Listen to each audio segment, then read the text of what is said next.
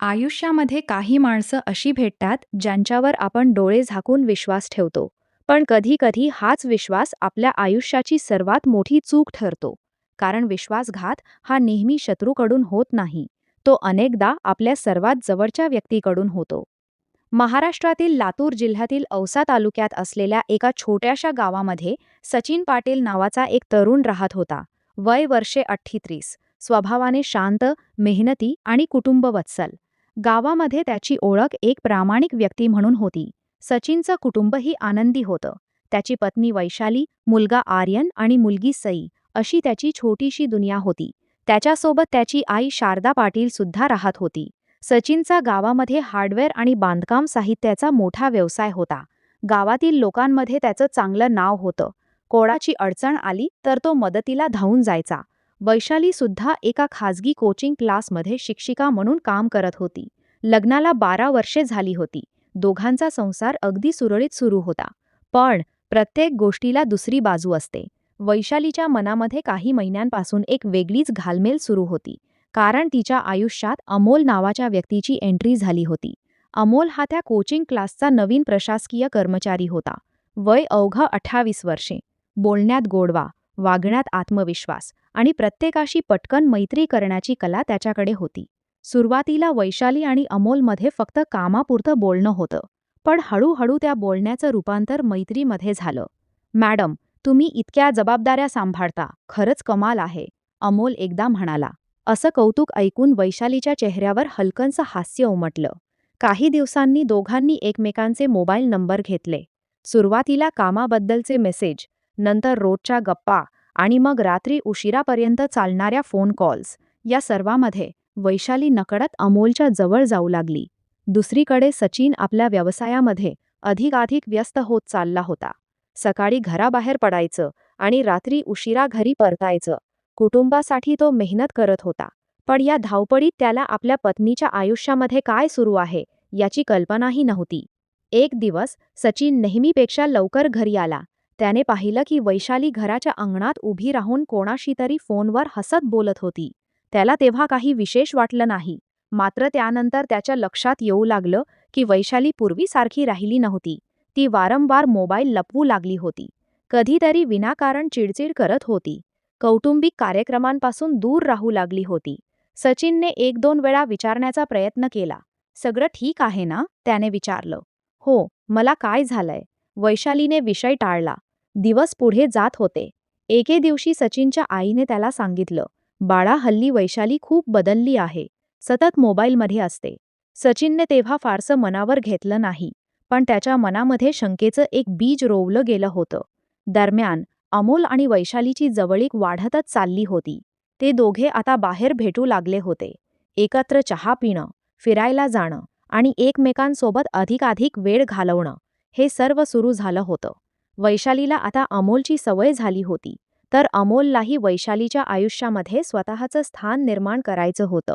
पण या नात्यामध्ये एक मोठा अडथळा होता. तो म्हणजे सचिन. एकीकडे सचिन आपल्या कुटुंबाला सुखी ठेवण्यासाठी झटत होता. तर दुसरीकडे त्याच्याच घरामध्ये एक गुपित आकार घेत होतं. आणि हे गुपित लवकरच एका भयानक गुन्ह्याचं कारण ठरणार होतं. मात्र याची कल्पना त्या घरातील कोणालाच नव्हती. कारण अजूनही सर्व काही वरवर पाहता सामान्यच दिसत होतं. पण वादळ येण्याआधी जशी शांतता असते, तशीच शांतता त्या पाटील कुटुंबाच्या आयुष्यामध्ये पसरली होती. आणि काही दिवसांनंतर घडणारी एक घटना पाटील संपूर्ण गाव कुटुंबामध्ये सर्व हादरवून काही सोडणार. नेहमीप्रमाणे सुरू असल्याचं दिसत होतं. सचिन रोज सकाळी दुकानावर जात होता. संध्याकाळी उशिरा घरी परतत होता. मुलं शाळेत जात होती. आई घरातील कामं पाहत होती. पण सचिनच्या मनामध्ये एक विचित्र अस्वस्थता निर्माण झाली होती. त्याला वैशालीच्या वागण्यातला बदल स्पष्टपणे जाणवत होता. एके दिवशी रात्री जेवण झाल्यानंतर वैशाली आपल्या खोलीमध्ये जाऊन मोबाईलवर कोणाशी तरी बोलत होती. सचिन पाणी प्यायला उठला. त्याचं लक्ष खोलीकडे गेलं. त्याने फक्त एवढंच ऐकलं, "हो, उद्या भेटूया. मी काहीतरी कारण सांगून बाहेर येते." क्षणात वैशालीने फोन कट केला. कोणाचा फोन होता? सचिनने सहज विचारलं. "क्लासमधल्या मॅडम होत्या," वैशालीने उत्तर दिलं. सचिन काही बोलला नाही, पण त्याच्या मनामधला संशय आणखी गडद झाला. पुढच्या काही दिवसांमध्ये त्याने एक गोष्ट लक्षात घेतली. वैशाली वारंवार घराबाहेर जाऊ लागली होती. कधी क्लासची मीटिंग, कधी मैत्रिणीचा वाढदिवस, कधी बाजारात काम. कारणं अनेक होती. एक दिवस सचिनच्या दुकानामध्ये काम करणारा त्याचा जुना कर्मचारी गणेश त्याच्याकडे आला. तो थोडासा संकोचत होता. "साहेब, एक गोष्ट सांगायची होती." "बोल ना," सचिन म्हणाला. "मी 2 दिवसांपूर्वी शहरामध्ये गेलो होतो. तिथे एका हॉटेलजवळ मला वहिनी दिसल्या होत्या." "मग?" सचिनने विचारलं. "त्या एकट्या नव्हत्या. त्यांच्यासोबत एक तरुण मुलगा होता." हे ऐकताच सचिनच्या चेहऱ्याचा रंग उडाला. "तुला खात्री आहे?" "हो साहेब, मी स्वतः पाहिला आहे." गणेश तिथून निघून गेला. सचिन बराच वेळ विचार करत बसला. त्याच्या मनामध्ये एकच प्रश्न घुमत होता. वैशाली खरंच माझ्याशी खोटं बोलत आहे का? त्या रात्री त्याला झोप लागली नाही. दुसऱ्या दिवशी त्याने एक निर्णय घेतला. तो वैशालीचा पाठलाग करणार होता. दुपारी वैशाली घरातून निघाली. "आज क्लासमध्ये मीटिंग आहे," असं सांगून ती गेली. काही वेळानंतर सचिनही तिच्या मागोमाग निघाला. त्याने सुरक्षित अंतर ठेवून तिचा पाठलाग सुरू केला. वैशाली थेट क्लासमध्ये गेली. सचिनला वाटलं, कदाचित आपण चुकीचा विचार करत आहोत. पण सुमारे 1 तासानंतर वैशाली क्लासमधून बाहेर पडली आणि काही अंतरावर उभ्या असलेल्या एका तरुणाच्या दुचाकीवर जाऊन बसली. तो तरुण होता अमोल. सचिनच्या डोळ्यांसमोर अंधार पसरला. तो त्यांचा पाठलाग करू लागला. काही वेळानंतर ते दोघं शहरातील एका रेस्टॉरंटमध्ये गेले. ते हसत होते. एकमेकांशी मोकळेपणाने बोलत होते. हे दृश्य पाहून सचिनच्या हृदयाचे तुकडे झाले. त्याने कधीही आपल्या पत्नीबद्दल असा विचार केला नव्हता. तो शांतपणे तिथून निघून गेला. त्या रात्री घरी आल्यानंतर त्याने काहीच बोललं नाही, पण त्याच्या मनामध्ये प्रचंड वादळ उठलं होतं. 2 दिवस तो गप्प राहिला. मात्र तिसऱ्या दिवशी त्याने वैशालीला थेट प्रश्न विचारला. "अमोल कोण आहे?" हा प्रश्न ऐकताच वैशाली हादरली. "काय? कोण अमोल?" ती म्हणाली. "खोटं बोलू नकोस. मी तुम्हा दोघांना एकत्र पाहिलं आहे." काही क्षण दोघांमध्ये शांतता पसरली आणि अचानक वैशाली रडू लागली. "माझ्याकडून चूक झाली आहे." तिने अमोल सोबतच्या संबंधांची कबुली दिली. सचिन पूर्णपणे कोसळून गेला. "मी तुला कधी कमी पडलो होतो का?" त्याने विचारलं. वैशालीकडे उत्तर नव्हतं. "आपल्या मुलांचा तरी विचार केला असतास," सचिन म्हणाला. त्याने वैशालीला स्पष्ट शब्दांत सांगितलं, "आजपासून त्या मुलाशी तुझे सर्व संबंध संपले पाहिजेत." वैशालीने मान डोलावली. "मी वचन देते," ती म्हणाली. सचिनला वाटलं, कदाचित अजूनही सर्व काही वाचू शकतं. कुटुंबासाठी त्याने हे नातं आणखी एक संधी देण्याचा निर्णय घेतला. पण त्याला माहिती नव्हतं की दुसऱ्या बाजूला एक वेगळाच खेळ सुरू झाला होता. त्या रात्री वैशालीने अमोलला फोन केला. "सचिनला सर्व कळलं आहे," ती म्हणाली.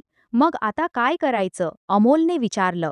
काही क्षण शांतता पसरली आणि मग वैशालीच्या तोंडून असे शब्द बाहेर पडले, ज्यामुळे पुढे अनेक आयुष्य उद्ध्वस्त होणार होती. "तो आपल्या दोघांच्या मध्ये कायमचा अडथळा आहे." अमोल काहीच बोलला नाही. पण त्या क्षणापासून त्यांच्या नात्याने एक धोकादायक वळण घेतलं होतं. दुसरीकडे सचिनला वाटत होतं की त्याने आपला संसार वाचवला आहे. त्याला अजूनही आपल्या पत्नीवर विश्वास ठेवायचा होता. मात्र त्याला कल्पनाही नव्हती की ज्यांना त्याने दुसरी संधी दिली होती तेच आता त्याच्या विरुद्ध एक भयंकर कट रचत होते. आणि काही आठवड्यांनंतर पाटील कुटुंबावर असा प्रसंग ओढवणार होता, सचिनने ज्यामुळे वैशालीला संपूर्ण दुसरी संधी जिल्हा दिली हादरणार होती. आपल्या मुलांच्या भविष्यासाठी आणि 13 वर्षांच्या संसारासाठी त्याने मनावर दगड ठेवला होता. त्याला वाटलं होतं की वेळेनुसार सर्व काही पुन्हा पूर्वीसारखं होईल. पण नशिबाने त्याच्यासाठी काही वेगळंच लिहून ठेवलं होतं. पुढचे काही दिवस सर्व काही सामान्य असल्याचं दिसत होतं. वैशाली नेहमीप्रमाणे क्लासला जात होती. सचिन आपल्या व्यवसायामध्ये व्यस्त होता. मुलं शाळेत जात होती. मात्र घरातील वातावरणामध्ये एक अनोखी शांतता पसरली होती. एके दिवशी संध्याकाळी सचिन आपल्या दुकानावरून घरी परतला. तो थोडासा थकलेला दिसत होता. "आई, आज डोकं खूप दुखतंय," तो शारदाताईंना म्हणाला. "बाळा, गरम चहा घे, बरं वाटेल," त्यांनी काळजीने सांगितलं. त्या रात्री संपूर्ण कुटुंब एकत्र बसून जेवलं. सचिन मुलांशी गप्पा मारत होता. "आर्यन, अभ्यास कसा चाललाय?" "बाबा, पुढच्या आठवड्यात माझी परीक्षा आहे," आर्यन म्हणाला. सईनेही आनंदाने आपल्या शाळेतील गोष्टी सांगितल्या. ते पाहून सचिनच्या चेहऱ्यावर हलकंसं हसू उमटलं. रात्री 10:30च्या सुमारास सर्वजण झोपायला गेले आणि पुढच्या दिवशी सकाळी पाटील कुटुंबावर दुःखाचा डोंगर कोसळला. शारदाताईंना उठून पाहिलं तर सचिन आपल्या खोलीमध्ये नव्हता. सुरुवातीला त्यांना वाटलं की तो सकाळी लवकर दुकानाकडे गेला असेल, मात्र त्याचा मोबाईल घरातच होता. त्याचं पाकिटही तिथेच होतं. हे पाहून त्यांना धक्का बसला. वैशाली, सचिन कुठे आहे? त्यांनी विचारलं. मला माहिती नाही आई, मी तर मुलांसोबत झोपले होते, वैशाली म्हणाली. घरामध्ये एकच गोंधळ उडाला. महेश आणि इतर नातेवाईकांना बोलावण्यात आलं. संपूर्ण गावामध्ये शोधाशोध सुरू झाली. नदीकाठ, शेतं, बसस्थानक, रेल्वे स्टेशन, पण सचिनचा कुठेही पत्ता लागत नव्हता. शेवटी महेशने पोलीस स्टेशनमध्ये तक्रार दाखल केली. पोलिसांनी बेपत्ता व्यक्तीचा गुन्हा दाखल करून तपास सुरू केला. तपासाची जबाबदारी पोलीस निरीक्षक संदीप जाधव यांच्याकडे देण्यात आली. जाधव अनुभवी अधिकारी होते. त्यांनी सर्वप्रथम कुटुंबियांची चौकशी सुरू केली. सचिन कोणत्या तळावामध्ये होता का? त्यांनी विचारलं. नाही साहेब, शारदाताईंनी उत्तर दिलं. त्याचं कोणाशी भांडण होतं का? नाही. यानंतर त्यांनी वैशालीची चौकशी केली. तुमच्या पतीसोबत काही वाद होता का? नाही साहेब, ती म्हणाली. सगळं व्यवस्थित होतं. मात्र चौकशी दरम्यान वैशाली खूपच घाबरलेली दिसत होती. जाधवांच्या लक्षात ही गोष्ट आली. दुसऱ्या दिवशी पोलिसांनी सचिनच्या मोबाईल कॉल रेकॉर्डची तपासणी केली. त्यामध्ये एक गोष्ट समोर आली. सचिनने बेपत्ता होण्याच्या 2 दिवस आधी एका खासगी डिटेक्टिव्ह एजन्सीशी संपर्क साधला होता. ही माहिती धक्कादायक होती. तपास अधिकाऱ्यांनी त्या एजन्सीशी संपर्क साधला. त्यांना समजलं की सचिनने आपल्या पत्नीवर लक्ष ठेवण्यासाठी त्यांची मदत घेतली होती. एजन्सीकडून काही फोटोही देण्यात आले. त्या फोटोंमध्ये वैशाली आणि अमोल एकत्र दिसत होते. आता तपासाला एक नवीन दिशा मिळाली होती. पोलिसांनी अमोलला चौकशीसाठी बोलावलं. तुझं आणि वैशालीचं नातं काय आहे? जाधवांनी विचारलं. आम्ही फक्त मित्र आहोत, अमोल म्हणाला. मात्र जेव्हा त्याला फोटो दाखवण्यात आले तेव्हा तो गोंधळून गेला. साहेब, आम्ही एकमेकांना ओळखतो, पण सचिनच्या बेपत्ता होण्याशी माझा काही संबंध नाही. पोलिसांनी त्याचा मोबाईल जप्त केला. कॉल रेकॉर्ड तपासण्यात आले. त्यामध्ये धक्कादायक माहिती समोर आली. सचिन बेपत्ता झालेल्या रात्री अमोल आणि वैशाली यांच्यामध्ये अनेक वेळा फोनवर संपर्क झाला होता. इतकंच नाही, अमोलचा मोबाईल त्या रात्री गावाजवळील एका निर्जन रस्त्यावर सक्रिय असल्याचंही समोर आलं. पोलिसांचा संशय अधिकच बळावला. याच दरम्यान गावाबाहेरील एका जुन्या विहिरीजवळ काही गावकऱ्यांना दुर्गंधी येऊ लागली. त्यांनी तातडीने पोलिसांना माहिती दिली. पोलीस घटनास्थळी पोहोचले. अग्निशमन दलाच्या मदतीने विहिरीची तपासणी सुरू करण्यात आली. काही वेळानंतर विहिरीमधून एक मृतदेह बाहेर काढण्यात आला. तो मृतदेह पूर्णपणे कुजलेल्या अवस्थेमध्ये होता. मात्र त्याच्या हातामध्ये असलेल्या घड्याळामुळे आणि अंगावरील कपड्यांमुळे त्याची ओळख पटली. तो मृतदेह होता सचिन पाटील यांचा. ही बातमी समजताच संपूर्ण गाव हादरलं. शारदाताई बेशुद्ध पडल्या. मुलांचा आक्रोश सुरू झाला. महेशच्या डोळ्यांमधून अश्रू वाहू लागले. आणि पोलिसांसमोर आता एकच प्रश्न उभा राहिला होता. सचिनचा खून कोणी केला होता? पोस्टमार्टम रिपोर्टची वाट पाहिली जात होती. कारण त्या रिपोर्टमध्येच या संपूर्ण प्रकरणामागचं पहिलं मोठं सत्य दडलेलं. विहिरीमधून सचिनचा मृतदेह बाहेर काढण्यात आल्यानंतर संपूर्ण गावामध्ये भीती आणि संतापाचं वातावरण निर्माण झालं होतं. ज्या व्यक्तीला सर्वजण मदतीला धावून जाणारा, कुटुंबावर जीवापाड प्रेम करणारा माणूस म्हणून ओळखत होते, त्याचा असा अंत होईल याची कुणीही कल्पना केली नव्हती. पोस्टमार्टमसाठी मृतदेह जिल्हा रुग्णालयात पाठवण्यात आला. दरम्यान पोलीस निरीक्षक संदीप जाधव यांनी तपास अधिक वेगाने सुरू केला. आता हे स्पष्ट झालं होतं की सचिन बेपत्ता झाला नव्हता, तर त्याची हत्या करण्यात आली होती. 2 दिवसांनी पोस्टमार्टमचा अहवाल आला आणि त्यामध्ये एक महत्त्वाची माहिती समोर आली. सचिनचा मृत्यू डोक्यावर झालेल्या जोरदार आघातामुळे झाला होता. तपासादरम्यान हेही स्पष्ट झालं की त्याच्या मृत्यूनंतर त्याचा मृतदेह विहिरीमध्ये फेकण्यात आला होता. आता पोलिसांचा संशय थेट अमोल आणि वैशालीवर गेला. पोलिसांनी पुन्हा दोघांची वेगवेगळी चौकशी सुरू केली. सुरुवातीला दोघांनीही आपण निर्दोष असल्याचं सांगितलं, पण पोलिसांकडे पुरावे वाढत चालले होते. कॉल रेकॉर्ड, लोकेशन डेटा आणि सर्वात महत्त्वाचं म्हणजे सचिनच्या मृत्यूच्या रात्री अमोलच्या मोटारसायकलला टोल नाक्यावर लागलेला सीसीटीव्ही फुटेज. त्या फुटेजमध्ये अमोल रात्री उशिरा गावाच्या दिशेने जाताना दिसत होता. पोलिसांनी जेव्हा हे फुटेज अमोलसमोर ठेवलं तेव्हा तो पूर्णपणे हादरला. तरीही तो शांत राहण्याचा प्रयत्न करत होता. मात्र चौकशीच्या काही तासांनंतर त्याचा संयम सुटला आणि अखेर त्याने सत्य सांगण्यास सुरुवात केली. हो, आम्ही चूक केली, तो रडत म्हणाला. त्याच्या कबुली जबानुसार सचिनला वैशाली आणि अमोलच्या संबंधांबद्दल माहिती मिळाल्यानंतर त्याने वैशालीला स्पष्ट इशारा दिला होता. त्याने तिला दुसरी संधी दिली होती. मात्र वैशालीला आता सचिनसोबत राहायचं नव्हतं. अमोलही तिच्याशिवाय आयुष्याची कल्पना करू शकत नव्हता. त्यामुळे दोघांनी मिळून एक भयंकर निर्णय घेतला, सचिनला कायमचं दूर करण्याचा. त्या रात्री वैशालीने सचिनच्या जेवणामध्ये झोपेच्या गोळ्या मिसळल्या.